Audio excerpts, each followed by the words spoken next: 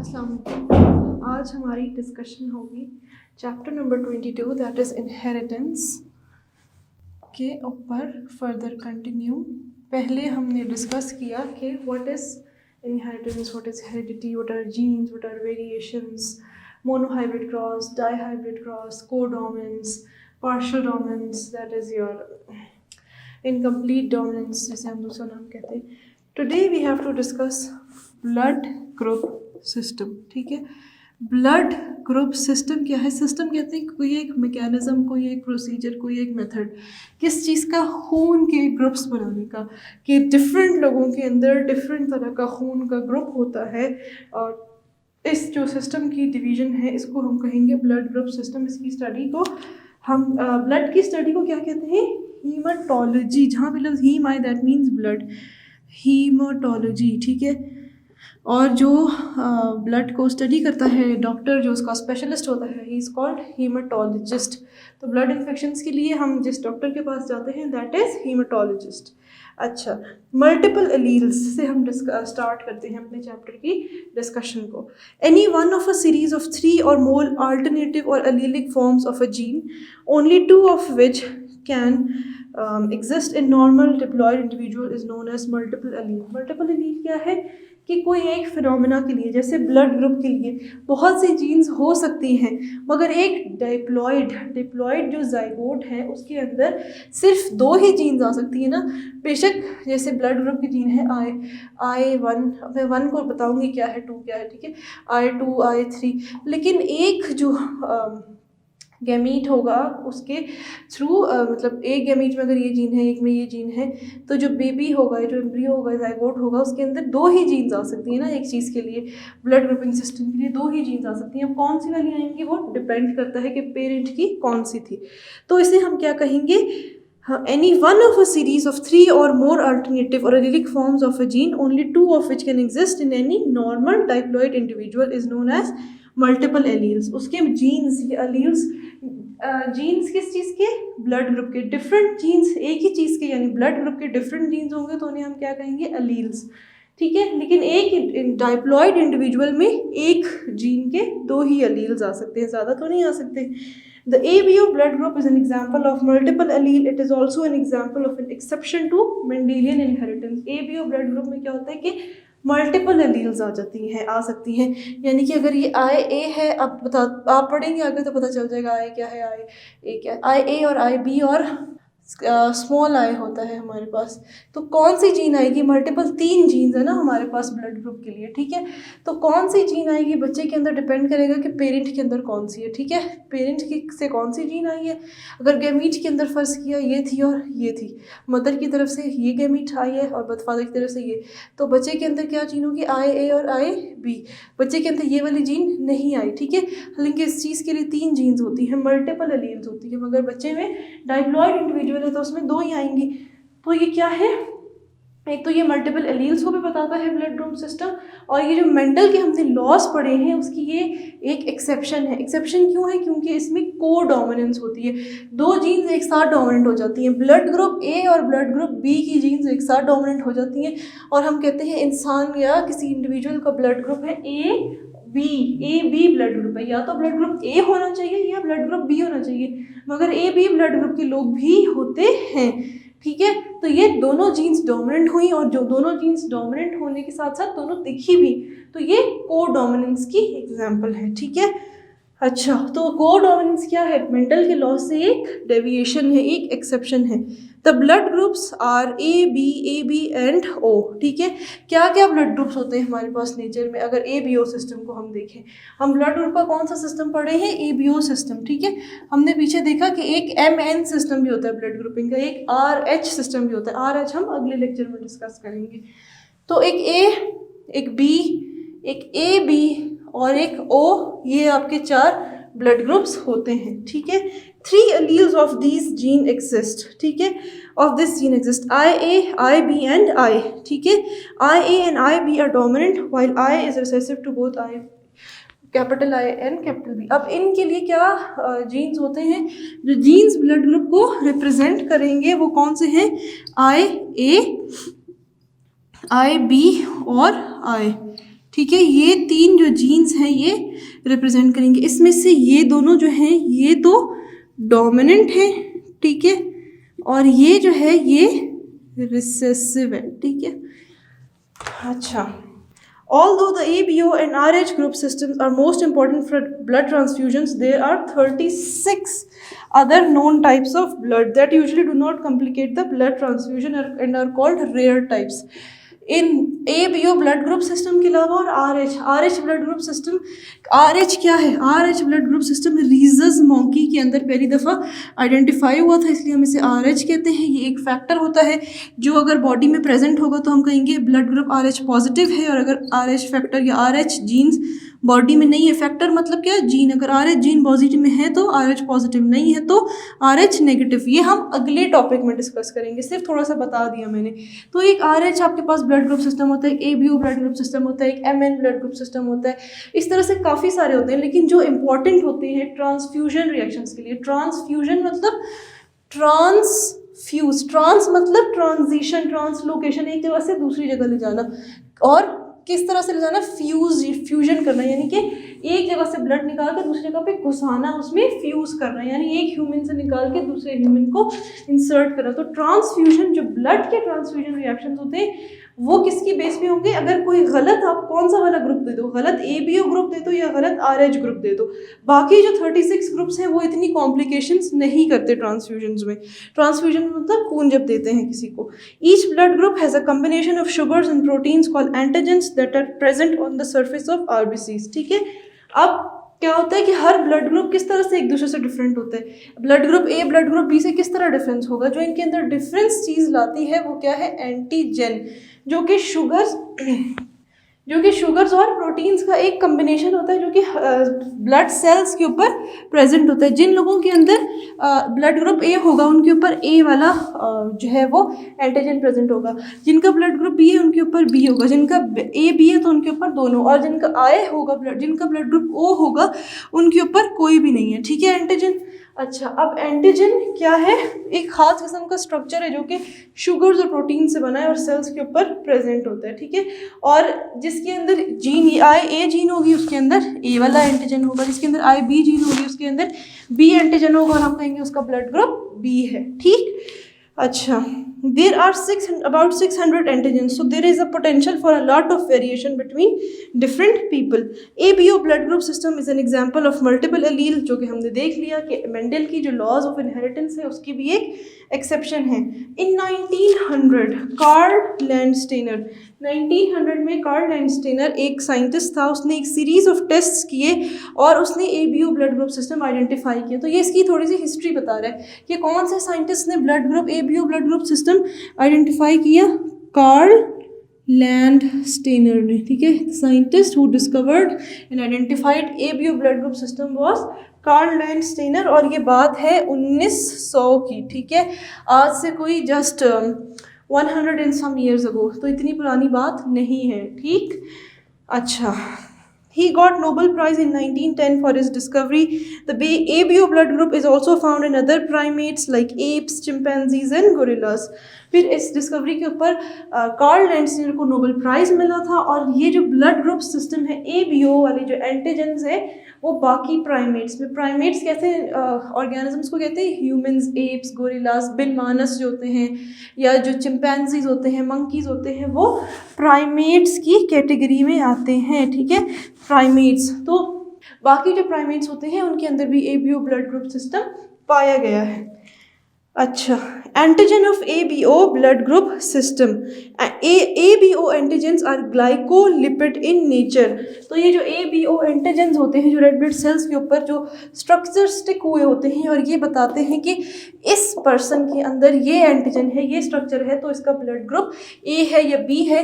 तो ये एंटीजेंस, इनकी नेचर क्या होती है? ये बने किस चीज़ से होते हैं? ग्लाइकोलिपिड से, यानी कार्बोहाइड्रेट, ग्लूकोज से, और लिपिड यानी फैट्स से। They are attached on the surface of red blood cells. These antigens stick out from cell membrane and there are many antigen sites for red blood cells, ठीक है।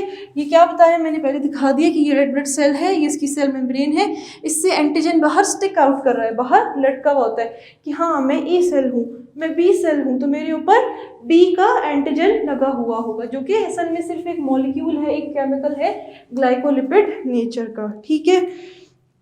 अच्छा, besides their presence on red blood cells, soluble antigens can be present in plasma, saliva and other secretions.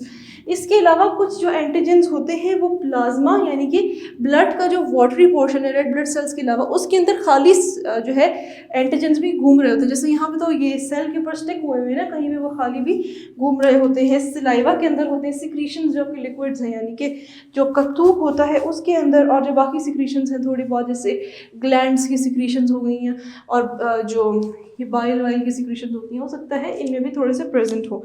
These antigens are also expressed on tissues other than red blood cells. कुछ और tissues के ऊपर भी antigens होते हैं, ठीक है। तो एंटीजेंस की क्यों ये इतनी ज़्यादा बता रहा है कि यहाँ पे भी एंटीजन है, यहाँ पे भी एंटीजन है, क्योंकि एंटीजन एंटीबॉडी रिएक्शंस हो जाते हैं अगर आप गलत ब्लड दे दो, गलत ब्लड की ट्रांसफ्यूजन कर दे, तो एंटीजन एंटीबॉडी रिएक्शंस होते हैं। ये क्या होते हैं थोड़ी देर बाद जब हम एंटीबॉडी पढ़ेंगे तो हम इसको देखते हैं, ठीक है। तो इसलिए हमें पता होना चाहिए। तो एंटीजेंस टिश्यूज के ऊपर भी होते हैं, खाली रेड ब्लड सेल्स पे नहीं होते। रेड ब्लड सेल्स के सेल मेम्ब्रेन से बाहर स्टिक आउट कर रहे होते हैं एक जगह, दूसरी जगह सलाइवा में होंगे, बाकी बॉडीली सिक्रीशंस में होंगे, प्लाज्मा में होंगे, तीसरी जगह टिश्यूज के ऊपर प्रेजेंट होंगे। There are two types of antigens, that is antigen A and B.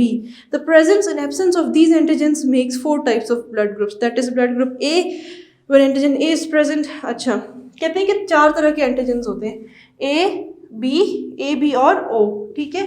अच्छा, असल में तो एंटीजन सिर्फ 2 ही टाइप्स के हैं, A और B टाइप के, ठीक है। अगर A और B का कॉम्बिनेशन हो जाए तो A B बन जाएगा, और अगर ना हो कोई भी तो O होता है। तो असल में एंटीजन बेसिकली 2 टाइप्स के होंगे, A एंटीजन और B एंटीजन, ठीक है। और इन 2 एंटीजन की बेसिस पे 4 ब्लड ग्रुप्स होते हैं, ठीक है। 2 एंटीजन होते हैं, ठीक है, जो कि ग्लाइकोलिपिड्स होते हैं, 2 एंटीजेंस, ठीक है।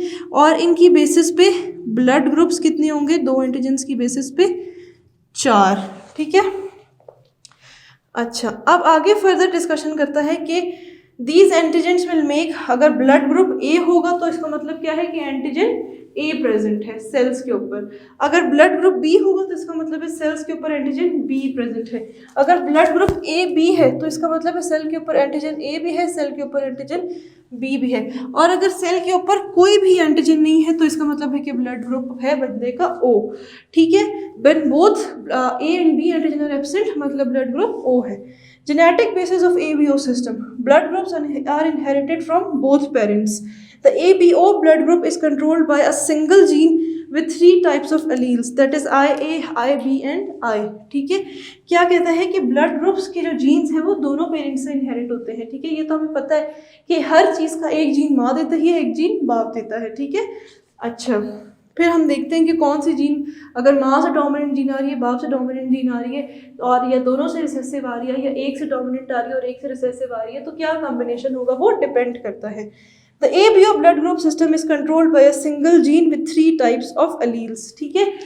एक जीन है जीन I, ठीक है, जिसके 3 alleles हो सकते हैं, या IA या IB या फिर स्मॉल I, ठीक है। हमने देख लिया जो IA और IB है ये क्या है, These are the dominant forms of this gene जो कि blood group determine करती है, और small I recessive form। The I stands for isoagglutinogen। ये I क्या represent कर रहा है, isoagglutinogen, ठीक है, isoagglutinogen। अच्छा, The IA and IB are both dominant alleles while small I is recessive, ये हमने देख लिया। The gene is located on long arm of chromosome number 9। इंसान के अंदर कितने क्रोमोसोम्स हैं, 46। तो अगर ये क्रोमोसोम नंबर 9 है तो इसका एक शॉर्ट आर्म होता है, एक लॉन्ग आर्म। जो क्रोमोसोम्स को 2 में डिवाइड करने वाला पार्ट होता है, जो इसका सेंटर होता है, दैट इज कॉल्ड सेंट्रोमेयर। अब ये देखो, ये वाला हाफ इसका शॉर्ट है और ये वाला हाफ लॉन्ग है, तो जो लॉन्ग हाफ है या लॉन्ग आर्म है नंबर 9 क्रोमोसोम की, वहाँ पे ब्लड ग्रुप की जीन प्रेजेंट होती है, ठीक। The individual with genotype IA, ठीक है।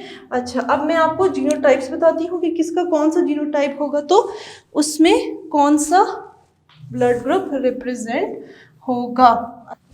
अब अगर हम यहाँ से देखते जाते हैं और बनाते जाते हैं कि किसके अंदर कौन सा ब्लड ग्रुप होगा, इसके लिए I think red marker use करते हैं क्योंकि ब्लड इज़ रेड, तो आपको ज़्यादा याद रहेगा। अच्छा, ब्लड को रेड कलर कौन देता है? हमने सपोर्ट एंड मूवमेंट में पढ़ा था, हीमोग्लोबिन पिगमेंट, ठीक है। अच्छा, और मीट रेड क्यों होता है? क्योंकि मीट के अंदर क्या होता है? मायोग्लोबिन होता है, ठीक है। अब हम देखते हैं ज़रा एक बात कि अगर इफ़ यू हैव IA और IA, ये हम जीनोटाइप्स देख रहे हैं और यहाँ पे हम इसके फिनोटाइप देखेंगे कि उसका फिनोटाइप मतलब क्या है, ब्लड ग्रुप क्या होगा और जीन्स उसकी कौन सी होगी। अगर दोनों जीन्स हो गई IA और IA, ठीक है, तो क्या होगा? ब्लड ग्रुप होगा A, ठीक है। अगर एक जीन हुई IA और एक रिसेसिव, तो हमने क्या कहा था, जब हेट्रोजाइगस होता है तो कौन सी जीन दिखती है, कौन सी जीन दिखेगी? जो डोमिनेंट है, तो डोमिनेंट कौन सी है? ब्लड ग्रुप होगा A। अगर है IA और IB तो दोनों डोमिनेंट होंगी, दोनों दिखेंगी, और ये क्या है? मेंडल के लॉ से एक्सेप्शन है, को डोमिनेंस की एग्जांपल है, ब्लड ग्रुप होगा AB, ठीक है। तो जिन लोगों का अगर IB जीन होगी तो ब्लड ग्रुप होगा B, ठीक है। अगर IB और स्मॉल I जीन होगी, फिर से वही वाली बात, IB और स्मॉल I जीन होगी तो भी ब्लड ग्रुप B। और अगर दोनों होंगी रिसेसिव, होमोजाइगस रिसेसिव होगा, तो सिर्फ तब जो है आपका जो रिसेसिव ट्रेट है, रिसेसिव जो कैरेक्टरिस्टिक है वो दिखेगा, एंड दैट इज कि ब्लड ग्रुप होगा O। तो ये हो गए जीनोटाइप्स और ये हो गए उनके फिनोटाइप्स, ठीक है। अब क्या देखा हमने कि अगर किसी का ब्लड ग्रुप A है तो इसका मतलब क्या है कि वो होमोजाइगस होने की वजह से भी हो सकता है, और ब्लड ग्रुप अगर A है तो वो हेट्रोजाइगस होने की वजह से भी हो सकता है, ठीक है।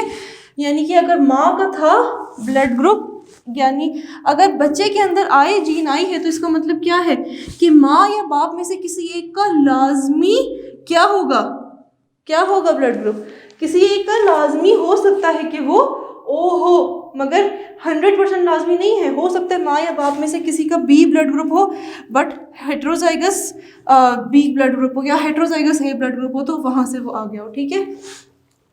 अच्छा, फिर उसके बाद हम डिस्कशन करते हैं अपनी कि ये हमने जीनोटाइप्स और फिनोटाइप्स देख लिए।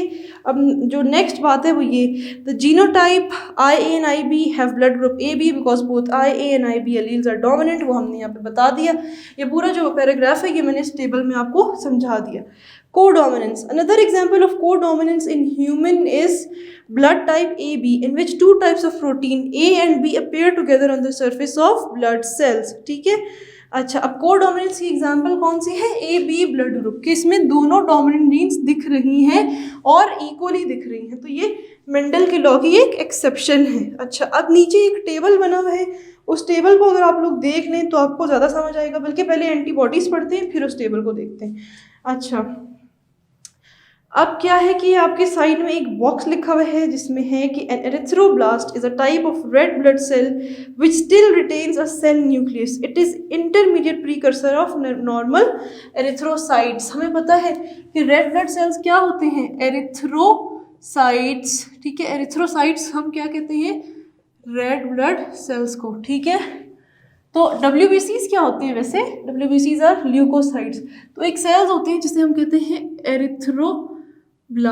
तो इन एरिथ्रोब्लास्ट से बेसिकली एरिथ्रोसाइट्स बनते हैं। इनमें फर्क क्या होता है कि एरिथ्रोब्लास्ट के अंदर न्यूक्लियस होता है, जबकि रेड ब्लड सेल्स के अंदर ऐसे न्यूक्लियस की प्रेजेंस नहीं होती, ठीक है। अच्छा, two types of antibodies are present in the blood plasma.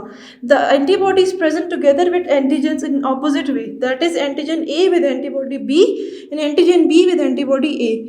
अच्छा, अब क्या है कि बॉडी के अंदर दो तरह के एंटीजेंस हैं, तो इसीलिए बॉडी के अंदर दो ही तरह की एंटीबॉडीज हैं। दो एंटीजेंस थे, एंटीजन A और एंटीजन B, ठीक है। इसी तरह से दो एंटीबॉडीज होंगी। अच्छा, दो एंटीबॉडीज क्या है? एंटीबॉडी A और एंटीबॉडी B, लेकिन ऑपोजिट प्रेजेंस होंगी, यानी जिसके अंदर एंटीजन A है, जो एंटीजन जिसके अंदर होता है उसका ब्लड ग्रुप वही होता है। यानी कि मेरे अंदर एंटीजन A है तो मेरा ब्लड ग्रुप A है, मेरे अंदर एंटीजन B है तो मेरा ब्लड ग्रुप B है। लेकिन एंटीबॉडी का फिर हिसाब जो है वो उल्टा होता है, ठीक है। If my blood group is A तो मेरे अंदर एंटीबॉडी जो होगी वो प्रेजेंट होगी एंटीबॉडी B, ठीक है। ये मैं क्या लिख रही हूँ, एंटीबॉडी। इसके अंदर कौन सी एंटीबॉडी प्रेजेंट होगी, एंटीबॉडी बी। नेचुरली मेरा ब्लड ग्रुप ए है तो इसका मतलब है कि मेरे रेड ब्लड सेल्स के ऊपर ए का एंटीजन, ए एंटीजन है, जबकि मेरे प्लाज्मा के अंदर जो घूम रही है एंटीबॉडी क्या होती है, प्रोटीन्स होती हैं जो आपको इन्फेक्शन वगैरह से बचाती हैं। तो एंटीबॉडी बी है मेरे अंदर, ये भी इसका सेम होगा, ठीक है।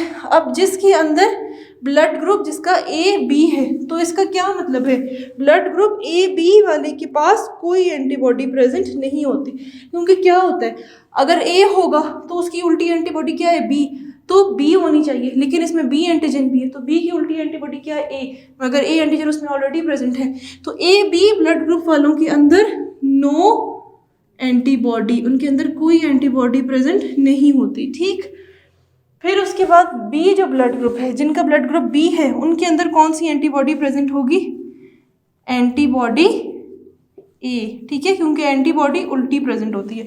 फिर जिनका ब्लड ग्रुप ए है, उनके अंदर ना ही एंटीजन ए है कि उसकी उल्टी बी प्रेजेंट हो, और ना ही एंटीजन बी है कि उसकी उल्टी ए प्रेजेंट हो, तो उनमें क्या होता है, दोनों ही नहीं है, ना ए है ना ए बी है, तो इसके अंदर दोनों बोथ ए एंटीबॉडीज भी होती हैं और बी एंटीबॉडीज भी होती हैं, ठीक है।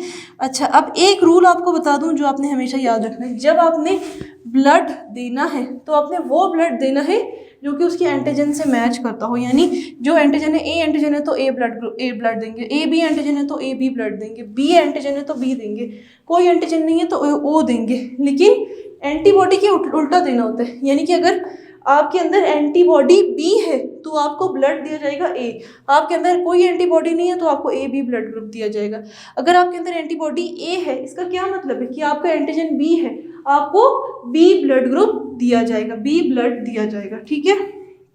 अच्छा, अब ये कहता है कि there is no agglutination reaction between similar antigen and antibody, similar antigen और एंटीबॉडी के दरमियान कोई रिएक्शन नहीं होता, ठीक है। अच्छा, अगर एंटीबॉजन और एंटीबॉडी डिफरेंट हो तो रिएक्शन नहीं होता, उल्टी बात हो गई, ठीक है। अगर ये ए और बी है तो इनके दरमियान ए एंटीजन है बी एंटीबॉडी है, कोई रिएक्शन नहीं होगा, लेकिन अगर ए एंटीजन हो और ए ही एंटीबॉडी हो तो इनके दरमियान रिएक्शन हो जाएगा। ए एंटीजन है और ए एंटीबॉडी का क्या मतलब है कि आपने ए ब्लड को बी, ए एंटीबॉडी का क्या मतलब है कि आपने ए ब्लड को क्या दे दिया है, बी ब्लड ग्रुप, तो ए ब्लड ग्रुप को आप बी दे सकते नहीं, तो आपने अगर आपने सेम एंटीजन को सेम एंटीबॉडी नहीं देनी, यानी कि ए ब्लड ग्रुप हो और ए ही एंटीबॉडी हो आप नहीं दे सकते, ठीक। आपने क्या देना है, हमेशा बॉडी में जनरली जो नेचर के थ्रू क्या होता है, जो एंटीजन है वही ब्लड ग्रुप है, जो एंटीजन है या जो ब्लड ग्रुप है उसके उल्टी एंटीबॉडी नेचर में प्रेजेंट होती है, ठीक है। अगर आप सेम दे देंगे, अगर ब्लड सेम आप उसको एंटीबॉडी दे देंगे तो उनके दरमियान रिएक्शन हो जाएगा, यानी अगर इसको बी एंटीबॉडी मिल जाएगी और ए एंटीबॉडी और मिल जाएगी तो इसके दरमियान क्या होगा, रिएक्शन हो जाएगा, ठीक है। अच्छा, ए एंटीबॉडी मिलने का क्या मतलब है कि ये सेम एंटीजन हो जाएगी एंटीजन के साथ, तो इनके दरमियान रिएक्शन हो जाएगा। अगर आप ए एंटीजन वाला इसको ब्लड ग्रुप दे रहे हैं, ठीक है, तो ए एंटीजन वाले ब्लड ग्रुप से इसको कोई रिएक्शन होगा, ए एंटीजन, ये क्या चीज़ है, एंटीजन, अगर आप इसको ए एंटीजन दे रहे हैं तो उसके अंदर क्या होगा, एंटीबॉडी बी होगी, तो कोई रिएक्शन नहीं होगा, ठीक है। तो आपने ये देखनी है बात, असल में इतना कॉम्प्लेक्स नहीं आता, सिर्फ एंटीजन की बेस पे आता है, सिंपल सी बात है, जो एंटीजन होता है वही ब्लड ग्रुप होता है, ठीक है, और जो एंटीजन ये जो ब्लड ग्रुप होता है उसके ऑपोजिट एंटीबॉडी प्रेजेंट होती है। तो जब आप ब्लड देते हैं तो आपने ब्लड कौन सा देना है, एक पर्सन ए को आपने ब्लड, एक पर्सन जो है इसका नाम हम रख देते हैं अली को, अगर आपने ब्लड देना है तो आप अली को वो ब्लड देंगे जो उसका ब्लड है, जो एंटीजन उसके अंदर प्रेजेंट है, और आप एंटीबॉडी उसको कौन सी देंगे, जो उसके अंदर ब्लड प्रेजेंट है। अगर अली का ब्लड ग्रुप है बी तो आप इसको ब्लड देंगे बी या एंटीजन देंगे बी, जबकि वो ब्लड ग्रुप उसके अंदर एंटीबॉडी कौन सी होगी, ए, ठीक है। अच्छा, इसके बाद बात आती है ट्रांसफ्यूजन प्रिंसिपल की। Blood transfusion is the process of transferring blood into one circulation intravenously. Transfusions are used for various medical conditions such as deficiency of blood loss during pregnancy or surgery or any blood cell disease like thalassemia, sickle cell anemia or leukaemia. अब ये क्या कहता है कि blood transfusion, मैंने बताया transfuse, एक चीज़ को किसी में इंसर्ट करना, देना, घुसाना, तो ब्लड दे रहे हैं, ब्लड की ट्रांसफ्यूजन की बात कर रहे हैं। और ब्लड हम कैसे देते हैं? इंट्रावीनसली। हम आर्टरी के अंदर क्यों नहीं देते, हम वेन के अंदर देते हैं, उसको कहते हैं इंट्रावीनसली। इंट्रा मतलब अंदर, वीनसली मतलब वेन के अंदर। वेन के अंदर हम इसलिए देते हैं क्योंकि वेन के अंदर डीऑक्सीजनेटेड ब्लड होता है, और पूरी बॉडी का डीऑक्सीजनेटेड ब्लड पहले हार्ट के पास जाता है, फिर क्लीन होके वो पूरी बॉडी में सर्कुलेट होता है। तो इस तरह से क्या होगा कि हम अगर वेन में देंगे तो सारे ब्लड ने हार्ट के पास से फिर बॉडी के पास जाना है, लेकिन अगर हम आर्टरी में देंगे तो आर्टरी के अंदर से तो ब्लड वैसे ही डिस्पर्स हो रहा होता है डिफरेंट जगहों पे ऑलरेडी। तो अगर हम रेडियल आर्टरी में यानी हाथ की आर्टरी में दे देंगे तो वो सिर्फ ब्लड हाथ में जाएगा, जबकि अगर हम वेन में देंगे तो वो वेन से जाएगा इंफीरियर या सुपीरियर वेना केवा में, वहाँ से हार्ट में, और हार्ट के थ्रू पूरी बॉडी में। ठीक है, तो इस तरह से वो पूरी बॉडी में इक्वल ट्रांसफ्यूजन होगी उस ब्लड की। तो हम इंट्रावीनसली देते हैं। किन किन कंडीशंस में? अगर बेबी बॉर्न हुआ है, बहुत ज़्यादा औरत का ब्लड लॉस हो गया है, या किसी सर्जरी में बहुत ज़्यादा ब्लड लॉस हो गया है, या कुछ डिजीजेज होते हैं जैसे थैलेसीमिया, सिकल सेल एनीमिया हो गया, इनके अंदर, या कैंसर्स के अंदर, ठीक है, या ब्लड की वैसे कमी हो गई तो देते हैं। जब ब्लड ट्रांसफ्यूजन करते हैं उससे पहले जो है ब्लड की स्क्रीनिंग की जाती है, रिसिपिएंट की भी और जो डोनर होता है दोनों की स्क्रीनिंग की जाती है, दोनों के ब्लड को टेस्ट किया जाता है। जो दे रहा होता है खून देखा जाता है क्या इसके अंदर तो पहले से खून की कमी नहीं है, इसके अंदर ऑलरेडी खून की कमी है और वो खून दे रहा है, या इसके अंदर कोई बीमारी तो नहीं है, कोई एड्स, कोई इन्फेक्शन तो नहीं है इसको, तो ये चीज़ देखी जाती है। फिर सबसे इंपॉर्टेंट चीज़ जो देखी जाती है, क्या जो बंदा ब्लड ग्रुप, जो ये बंदा खड़ा है, मुझे खून की ज़रूरत है, ये मुझे खून दे रहा है, तो क्या मेरा और इसका ब्लड ग्रुप मैच करता है? ठीक है। If transfusion is carried out between two incompatible blood groups, antigen antibody reaction will occur in recipient and as a result agglutination, that is clumping of red blood cells will occur। अगर हम गलत blood दे देंगे, blood group A को blood group B दे देंगे, ठीक है, ए को ए था, ए को ए चाहिए था, आपने ए को बी दे दिया। जब आप ए को बी दे देंगे तो क्या होगा, उसके अंदर कौन सी एंटीबॉडी थी? बी एंटीबॉडी, और बी वाले को जब आपने उसको खून दिया, बी वाले की एंटीबॉडी कौन सी आई? ए एंटीबॉडी। तो ए और बी एंटीबॉडी के दरमियान इस एंटीबॉडी और इस एंटीजन के दरमियान, सेम एंटीबॉडी और सेम एंटीजन के दरमियान हमेशा रिएक्शन होता है। इसीलिए एक नॉर्मली ए के अंदर कौन सी एंटीबॉडी होती है? ऑपोजिट, उल्टी या डिफरेंट। इसके अंदर बी एंटीबॉडी थी, लेकिन जब आपने उसको बी ब्लड ग्रुप दे दिया गलती से चेक किए बगैर, तो क्या होता है, उसको उसकी ए एंटीबॉडी और ए एंटीजन के दरमियान रिएक्शन हो जाता है, जिसे हम कहते हैं एंटीजन एंटीबॉडी रिएक्शन। ये सेम एंटीजन और सेम एंटीबॉडी के दरमियान होता है, डिफरेंट के दरमियान नहीं होता। और इस रिएक्शन को दूसरा नाम क्या देते हैं? एग्लूटिनेशन। एग्लूटिनेशन मतलब कि जमा होना, क्लम्प होना, जुड़ जाना, ठीक है। अच्छा, due to these limitations the persons with type A can receive blood from type O or A because they have antibody B। अच्छा, अब मैं ये आपको यहाँ पे एक टेबल थोड़ा सा और बनाती हूँ और उसमें बताती हूँ कि किसको कौन ब्लड दे सकता है, ठीक है।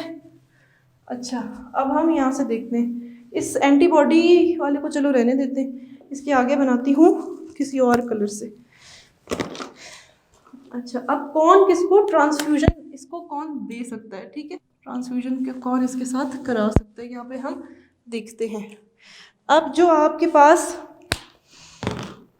यहाँ पे है ए ब्लड ग्रुप, ए को कौन दे सकता है? आपकी इसमें लिखा हुआ है, या तो इसको टाइप ए वाला दे सकेगा या टाइप ओ वाला दे सकेगा। क्यों?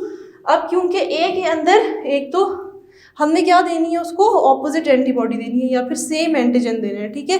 तो ऑपोजिट एंटीबॉडी, बी एंटीबॉडी किस किस में होगी?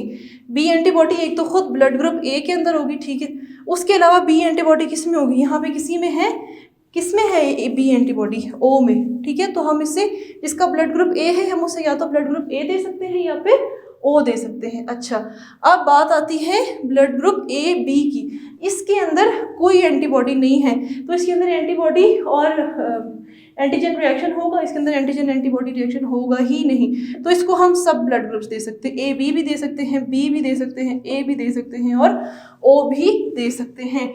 यानी ये वो ब्लड ग्रुप है जो सारे ब्लड रिसीव कर सकता है, तो इसे हम क्या कहते हैं?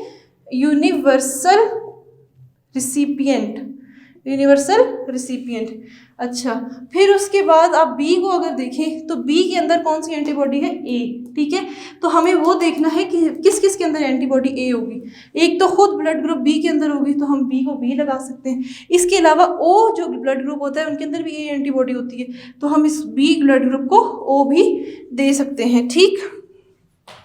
और ओ ब्लड ग्रुप के अंदर ए एंटीबॉडी भी है और बी एंटीबॉडी भी है, ठीक है। तो अगर हम उसको ब्लड ग्रुप बी देंगे तो ये इसके साथ रिएक्शन कर लेगी, अगर बी देंगे तो ये इसके साथ रिएक्शन कर लेगी। तो ओ ब्लड ग्रुप को हम सिर्फ ओ ही दे सकते हैं, ठीक है। तो ये लेने की बात नहीं हो रही, देने की बात हो रही है। ओ दे तो सबको सकता है ना, हम देख रहे हैं कि ए को भी ओ लग सकता है, बी को भी ओ लग सकता है और ए बी को भी ओ लग सकता है, लेकिन ओ को खुद कौन सा ब्लड ग्रुप सिर्फ वो ले सकता है, सिर्फ और सिर्फ ब्लड ग्रुप ओ को वो रिसीव कर सकता है। तो ये ट्रांसफ्यूजन है। ब्लड ग्रुप ए कौन सा ले सकता है, सिर्फ ए और ओ। ब्लड ग्रुप ए बी कौन सा ले सकता है, चारों। जिनका ब्लड ग्रुप बी है वो सिर्फ बी और ओ ले सकते हैं, जिनका ब्लड ग्रुप ओ है वो सिर्फ ओ ले सकते हैं। और दे किस किस को सकते हैं, वो आपने देखा कि ए जो है वो किसको दे सकता है, एक खुद अपने आप को और एक ब्लड ग्रुप ए बी को। ओ किसको दे सकता है, चारों को। ए बी किसको दे सकता है, सिर्फ अपने आप को और खुद किसी को नहीं। यानी कि मेरा ब्लड ग्रुप ए बी है और आपका blood group B A B है, तो हम दोनों एक दूसरे को दे सकते हैं, लेकिन ये इसका ब्लड ग्रुप बी है, इसका ब्लड ग्रुप ए है, इनको मैं नहीं दे सकती, ठीक। अच्छा, द पर्सन कैन, ये हो गई बात, ए बी वाला person can with blood group O can only receive blood from its own type. इस वजह से ओ ब्लड ग्रुप को हम क्या कहते हैं, यूनिवर्सल डोनर। और इसका मैंने आपको बता दिया कि A B universal recipient, O blood group is universal donor, यानी कि ये सबको दे सकता है, देने वाला, और ए बी लेने वाला, ये सबसे ब्लड ले सकता है। तो यहाँ पे हमारी ट्रांसफ्यूजन की डिस्कशन ख़त्म हुई, ब्लड ग्रुप की, ब्लड ग्रुप सिस्टम की, और ब्लड ग्रुप किस तरह से डिवाइड होता है, एंटीजन क्या होते हैं, एंटीबॉडी क्या होते हैं। इस टेबल पे गौर करें, एक दफ़ा इस टॉपिक को पढ़ लें, तो बहुत ही इंटरेस्टिंग और बहुत ही मज़े का टॉपिक है। इसके बाद हमारी अगली डिस्कशन होगी RH ब्लड ग्रुप के ऊपर, लेकिन फिलहाल ये डिस्कशन यहाँ ख़त्म हुई। आई होप आपको समझ आ गया होगा। अपना ख्याल रखिएगा, चैप्टर को ज़रूर रीड कीजिएगा, और इंशाल्लाह नेक्स्ट लेक्चर में मुलाकात होगी। अल्लाह हाफिज़।